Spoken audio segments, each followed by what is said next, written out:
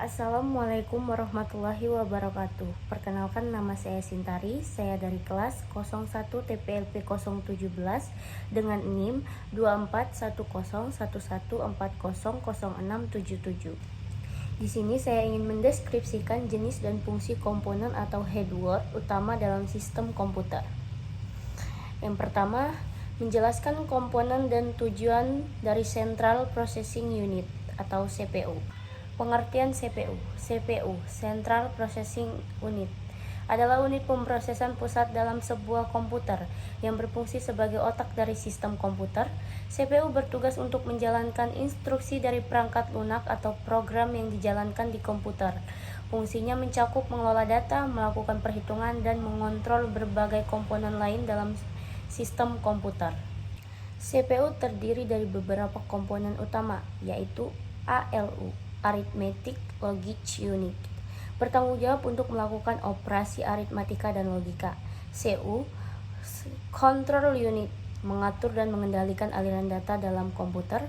Register, penyimpanan kecil di dalam CPU yang berfungsi menyimpan data sementara saat proses perhitungan atau eksekusi instruksi. Proses kerja CPU melibatkan pengambilan instruksi dari memori, fetch, menerjemahkannya, dekode, dan menjalankannya, execute. Kecepatan CPU sering diukur dalam satuan Hertz atau Hz yang mengidentifikasi seberapa banyak instruksi yang dapat diproses per detik. Tujuan CPU.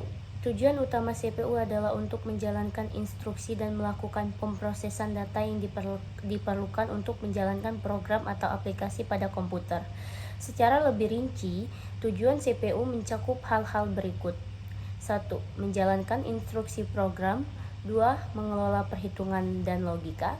3. Mengatur operasi komponen lain. 4. Memastikan responsivitas sistem.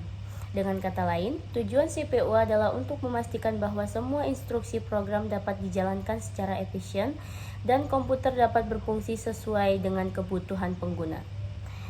Kedua, membedakan antara penyimpanan primer, juga disebut memori, dan penyimpanan sekunder, juga disebut penyimpanan, dan antara RAM dan ROM. Memori sekunder. Memori sekunder adalah jenis penyimpanan data pada komputer yang berfungsi sebagai tempat penyimpanan data atau program secara permanen atau jangka panjang. Berbeda dengan memori primer seperti RAM yang bersifat sementara. Memori sekunder mempertahankan data bahkan ketika komputer dimatikan.